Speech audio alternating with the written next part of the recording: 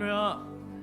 네, 하나님의 능력의 손이 함께하는 우리 주일이 되시기를 주님으로 축복합니다. 오늘은 모든 의를 이루심이라는 제목으로 함께 말씀을 나누고자 합니다. 한국에서는 대표적으로 그 대학교 졸업식이 참 의미 있는 행사 중에 하나입니다. 온 가족들이 모이게 되는데요. 주로 이제 어머니, 아버지를 넘어서서 이제 할머니, 조카, 이모, 삼촌 등이 다 같이 모여서 축하하는 자리가 바로 이 졸업식입니다. 최근에 누가 졸업을 했죠? 네, 정우 형제가 졸업을 했었습니다. 졸업식은 무엇보다도 유치원 때부터 이제 대학교 때까지 참 고생이 많았다 이렇게 격려하는 자리이기도 하지만 특별히 여태까지 길렀었던 그런 부모님의 그런 노고를 또한 격려하는 자리이기도 합니다. 이제 졸업이라는 이제 관문을 통과하게 되면요, 이제 사회로 이제 진입을 하게 됩니다. 그래서 그 사회의 첫 발걸음을 축하해 주러 모이는 그런 자리다 이렇게 보면 될 것 같습니다.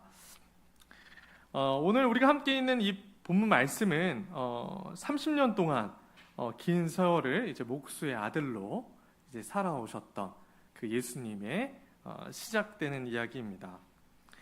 예수님이 첫 사역지를 시작하는 무대의 장면인데요.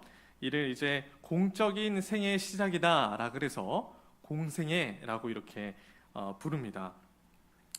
온 인류의 죄를 대신 지시기 위해서 죄인을 구원한다라는 그런 전무후무한 어떤 사명과 미션을 가지고 이 땅에 오셨습니다. 그리고 이제 스타트 라인에 지금 준비를 하고 있는 것이죠. 총소리를 땅 떨어짐과 동시에 이제 달려나갈 준비를 하고 있습니다. 그런데 이 상황에서 첫 번째 사역을 실시를 하십니다. 그게 바로 뭐냐면 세례 요한의 세례를 받는다라는 것입니다. 근데 이게 좀 다소 놀랍습니다. 왜냐하면 세례라는 것은 주로 회개라는 의미를 지니고 있기 때문입니다. 그래서 당시에는 죄를 자복하고 회개한 사람만이 이 요단 강가에 나와서 세례 요한에게 세례를 받는 것이 관례였습니다. 그러나 우리 예수님은 우리가 모두 다 잘 아시겠지만 죄가 없으신 분이십니다. 그렇기 때문에 세례 또한 받으실 필요가 없으시죠. 그런데 오늘 예수님께서는 나사렛에서 요단으로 가는 그 여정 가운데 굳이 세례 요한을 만나셔서 세례를 받으십니다. 이것을 너무나도 의아하게 여긴 이 세례 요한이 14절에 이렇게 말을 합니다. 우리 14절 말씀 같이 한번 읽을까요? 14절 말씀 같이 한번 읽겠습니다. 시작. 요한이 말려 이르되 바랄 당신이 내게로 오시나이까. 요한이 볼 때는 아무리 봐도 이게 이해가 안 되는 거예요. 그러니까 예수님의 세례를 받을 이유가 없다라는 것이죠. 그래서 원어를 보면은 요한을 말렸다라는 이 부분이 미알료로 써져 있습니다. 반복적 미알료로 써져 있어요. 그러니까 계속해서 말리고 있는 거예요. 예수님께서 자신에게 오시는 것을 계속해서 말리는 거예요. 그러면서 이렇게 이야기를 하는 거죠. 내가 당신에게 세례를 받아야 할 터인데 왜 당신이 내게 오냐라는 것입니다. 여러분, 근데 사실은 이 본문은 굉장히 의아해야만 하는 본문입니다.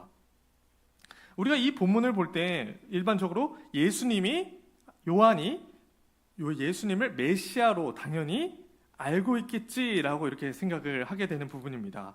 왜일까요? 우리가 예수님이 메시아라는 것을 너무나도 잘 알고 있기 때문입니다. 그러나 이 당시에 세례 요한은 예수님이 메시아인 줄을 몰랐습니다. 그러니까 굉장히 이 구절은 굉장히 의아한 부분이에요. 보세요. 요한복음 1장 31절에 이렇게 말을 합니다. 세례 요한이 이렇게 말해요. 나도 그를 알지 못하였으나 예수님을 알지 못했다라는 거예요. 그러니까 요한이 예수님은 원래 알고 있다고 할지라도 그분이 메시아라는 것은 몰랐다라는 것이 학자들의 견해입니다. 아마도 학자들은 이 어머니 때인 이 마리아와 엘리사벳이 사촌이었기 때문에 어느 정도 일정간의 시간을 보냈을 것이다 그렇게 추론을 합니다. 아무튼 이 예수님 앞에서 세례 요한은 굉장히 겸손한 자세를 보이면서 두 손을 가로지르면서 반복적으로 거절을 하는 그런 장면이 오늘의 말씀이죠. 그러고 있을 때 예수님께서 이렇게 말씀을 하십니다. 15절 말씀입니다. 우리 15절 또 한번 같이 한번 읽겠습니다. 시작. 예수께서 대답하여 가라사대 이제 허락하라. 이에 요한이 허락하니라. 아멘. 예수님께서 요한에게 강력하게 말씀을 하고 계세요. 뭐냐면 지금으로서는 허락을 한다는 거예요. 지금으로서가 강조가 되고 있어요. 그 말은 뭐예요? 나중은 맞다는 거예요? 아니라는 거예요? 아니라는 거예요. 그러니까 지금만 허락이 되는데 그 허락되는 이유가 나옵니다. 그 뒤에 뭐라 그래요? 모든 의를 이루려 합니다 라는 것입니다. 여러분, 모든 의를 이루려 한다는 게 무슨 뜻일까요? 여러분 잘 아시나요? 모든 의를 이룬다라는 말이 아주 짧게 써져 있지만 우리가 그냥 넘어갈 때가 너무나도 많습니다. 왜냐하면 다 같이 읽어야 되고 막 한 장을 내리 읽어야 하기 때문에 그냥 쑥쑥 지나갈 때가 많은데 사실 이게 굉장히 어렵습니다. 그래서 하나하나 차근차근 살펴볼 필요가 있습니다. 먼저 의라는 단어 먼저 살펴보겠습니다. 의는 먼저 마태복음에 7번이나 등장하는 아주 중요한 단어입니다. 이 단어의 의미는 하나님이 사람에게 지정하는 법대로 살라고 요구하는 것입니다. 그러니까 쉽게 이야기하면 제자들에게 이렇게 행동해라, 이러한 태도를 가져라 라고 이렇게 이야기를 하고 있는 것이죠. 그러면 이번엔 더 길게요. 의를 이룬다는 것은 무엇인가? 의에 대해서 배웠다면 이제는 의를 이룬다는 것은 무엇인가? 그것은 예수님께서 구약에서 계속해서 말씀하셨던 예언과 그리고 메시아의 예언에 따라서 이 하나님의 요구를 완성하셨다라는 것을 의미를 하는 것입니다. 그러니까 이를 위해서 세례를 받겠다라고 하고 있는 것이죠. 세례를 받을 필요가 없으나 모든 의를 이루기 위해서 메시아적인 사역을 하고 계신 것입니다. 그러니까 쉽게 이야기하면 우리의 죄를 위해서, 우리의 죄인들을 위해서 대신 받으셨다라는 것입니다. 이를 통해서 구약에 있는 모든 율법의 요구를 완성하셨다라는 것이죠. 이것이 바로 하나님의 방법이자 하나님의 뜻이라는 것입니다. 이러한 대답이 이루어진 후에 이 세례 요한이 세례를 베푸게 됩니다. 그리고 역사적으로 가장 놀라운 장면 중에 하나가 오늘 본문 속에서 연출되어지고 있습니다. 우리가 서두에서 아까 말씀드렸다시피 졸업식에는 가족들이 이렇게 모였습니다. 인생의 가장 중요한 순간이죠. 마찬가지입니다. 세례를 받는 이 장소에 온 우주를 지으신 삼위일체 하나님께서 동시에 나타나는 장면이 연출이 됩니다. 대부분 성경에서는 하나님이면 하나님, 예수님이면 예수님, 성령님이면 성령님만 이렇게 나타나는 부분이 대부분입니다. 그런데 삼위일체가 동시에 나타나는 경우는 굉장히 드뭅니다. 그런데 이제 예수님께서 이제 공생의 스타트점에서 이제 총소리를 기다리는 그 상황에서 이 삼위일체 하나님께서 나타나신 것이죠. 먼저는 성부 하나님이 나타나십니다. 16절 말씀, 제가 먼저 전반절을 먼저 읽겠습니다. 예수께서 세례를 받으시고 곧 물에 올라오실새 하늘이 열리고 라고 이렇게 나와 있습니다. 여기서 하늘이 열리고가 신적인 수동태로 적혀져 있어요. 그러니까 주체가 있다는 거예요. 누가 여신 거예요? 하늘을? 성부 하나님이 여신 겁니다. 직접 하늘을 여셔서 역사적인 개입이 있으셨다라는 거예요. 두 번째로는 뭐예요? 성령 하나님이 비둘기같이 자기 위에 임하시는 것을 보시더니 성령님께서 이 세례받는 장소에 나타나셨다라는 것이죠. 특별히 비둘기로 나타나셨습니다. 그런데 비둘기로 나타나신 이 표현은 대표적으로 두 가지의 의미를 성경 속에서는 담고 있습니다. 첫 번째로는 성령 충만함이 가득했다라는 그런 의미이죠. 사도행전 10장에 보면은 수제자였던 이 베드로가 예수님을 향해서 이렇게 평가를 합니다. 하나님이 나사렛 예수에게 성령과 능력의 기름으로 붓듯이 하셨음에 저가 두루다니며 착한 일을 행하고 마귀에게 눌린 자를 고치셨다, 이렇게 이야기를 하고 있습니다. 그러니까 굉장히 성령 충만함의 의미를 담고 있죠. 그리고 두 번째로는 이 비둘기에 대한 이 의미와 상징은 새로운 시대, 그러니까 메시아가 오심으로써 새로운 시대가 이제 열리게 된다는 것을 의미합니다.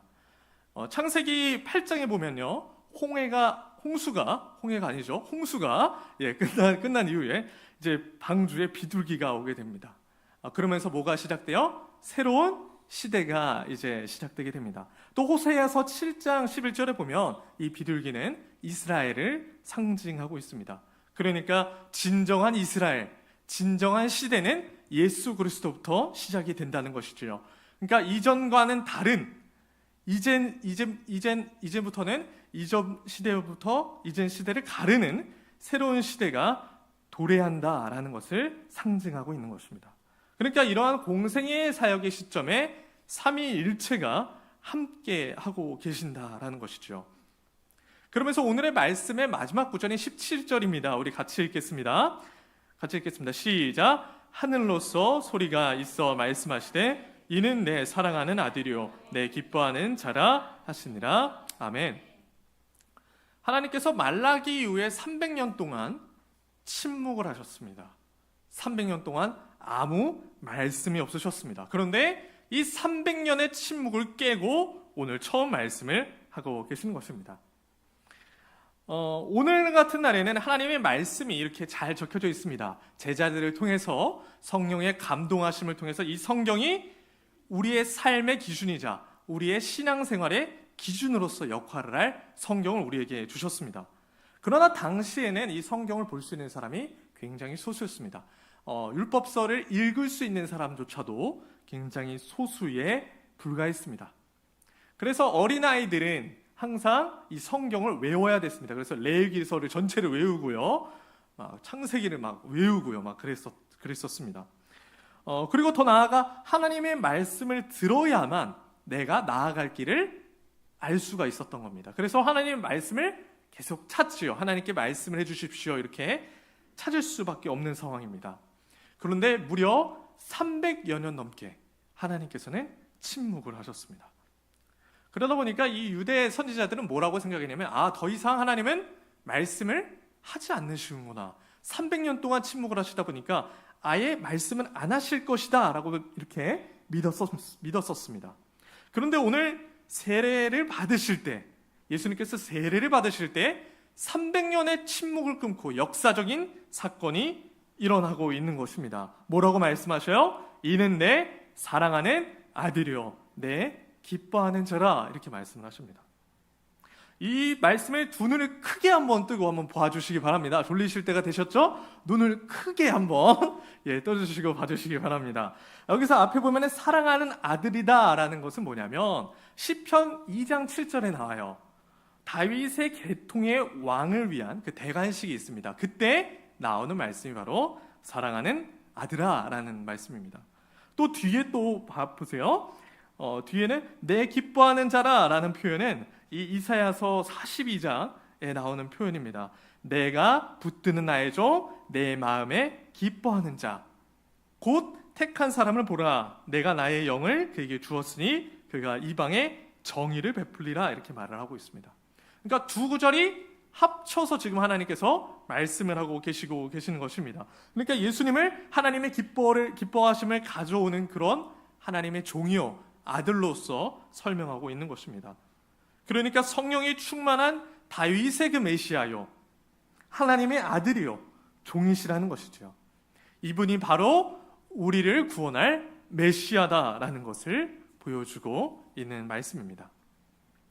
제가 아까 앞서 말씀드렸다시피 이 삼위일체 하나님께서 동시에 나타나는 경우는 매우 드뭅니다. 먼저는 우리가 기억할 수 있는 것은 이 땅을 창조하셨을 때 삼위 하나님께서 같이 일을 하셨습니다. 그러나 이 땅에서 예수님이 오시고 나서 이 삼위일체 하나님께서 다 모이셔서 우리에게 보이시는 장면은 이번이 처음인 것이지요. 천지창조처럼 이 세상에서 정말로 중요한 일이 있을 때 이분들이요 하나님께서 삼위일체 하나님께서 모인다라는 것을 알 수가 있습니다. 왜일까요? 우리를 구원하시기 위함입니다. 구원 사역을 하시기 위해, 이것이 너무나도 중요한 사역이기 때문에 이 성삼위 하나님께서 모이신 것입니다. 이것은 우리 한 사람 한 사람이 얼마나 귀한 일이고 하나님이 그냥 이 세상을 천지를 창조하시고 내버려 두시는 것이 아니라 우리를 구원하시고 영원을 꿈꾸게 하시는데 얼마나 많은 관심이 있는지를 보여주는 구절이다라는 것입니다. 그러므로 우리는 이 하나님의 나라와 그 의를 구하면서 살기를 소망합니다. 하나님의 나라를 구하고 하나님의 의를 먼저 순종하고 살아갈 수 있는 우리가 되어야 합니다. 이를 통해서 우리가 영원히 그분과 살고 그분과 영원히 즐거워할 수 있는 우리가 될 수 있기를 간절히 축복합니다. 한 발자국 더 나아가서요, 우리가 참된 제자의 삶을 살기를 소망합니다. 오늘 말씀에서는 의를 이루기 위해서 예수님께서는 세례를 받으셨습니다. 왜요? 하나님의 뜻이기 때문입니다. 예수님께서는 하나님의 뜻을 이루는 것이 어떻게 이루는 것인가 몸소 보여주고 계십니다. 세례 요한도 마찬가지예요. 세례 요한도 지금 상황이 이해가 되지가 않습니다. 그러나 예수님의 말씀에 하나님의 뜻에 순종하게 됩니다. 그러니까 어떻게 돼요? 그의 사역 또한 성취가 되었습니다. 오늘도 우리도 마찬가지입니다. 오늘 우리에게도 성산이 하나님께 우리를 드리고 바르게 살기 위해서 믿음으로 순종할 때 하나님께서 일하실 줄 믿습니다. 우리가 삶의 영역에서 하나님의 뜻을 진정으로 찾고 뜻을 구하며 제자도의 삶을 살 때 하나님께서 그곳에서 일을 하실 줄 믿습니다. 우리 모범이 되신 우리 예수 그리스도를 쫓아서 참된 제자도의 삶을 살 수 있기를 간절히 축복합니다.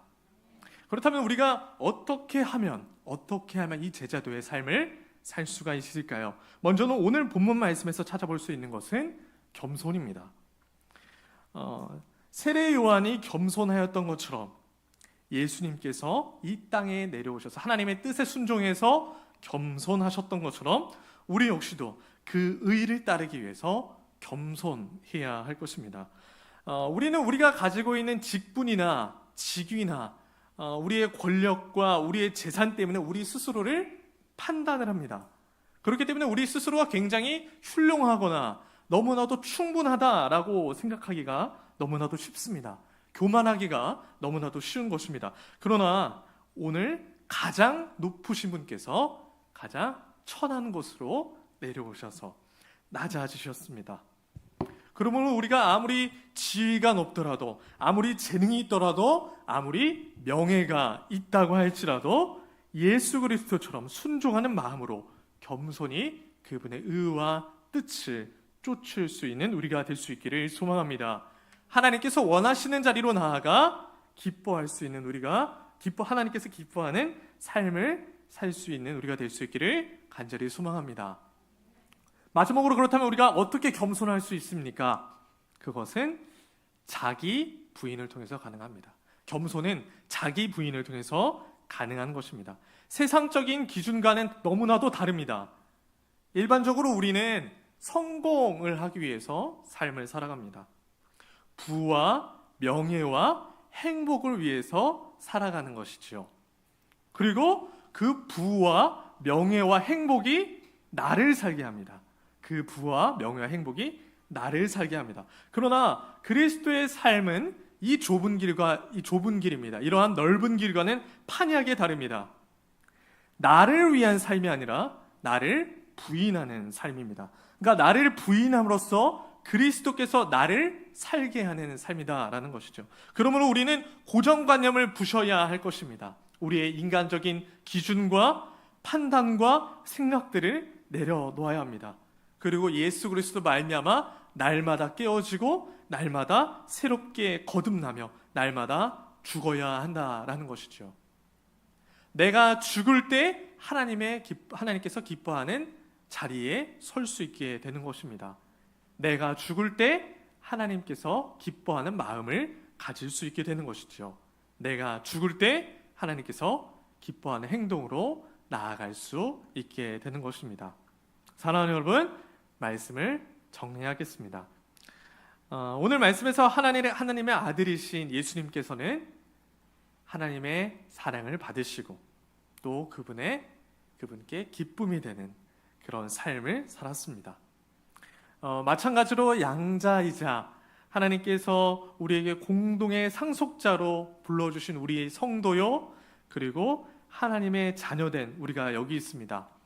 우리 역시도 하나님을 기쁘시게 하는 방식으로 살아나가야 될 줄 믿습니다.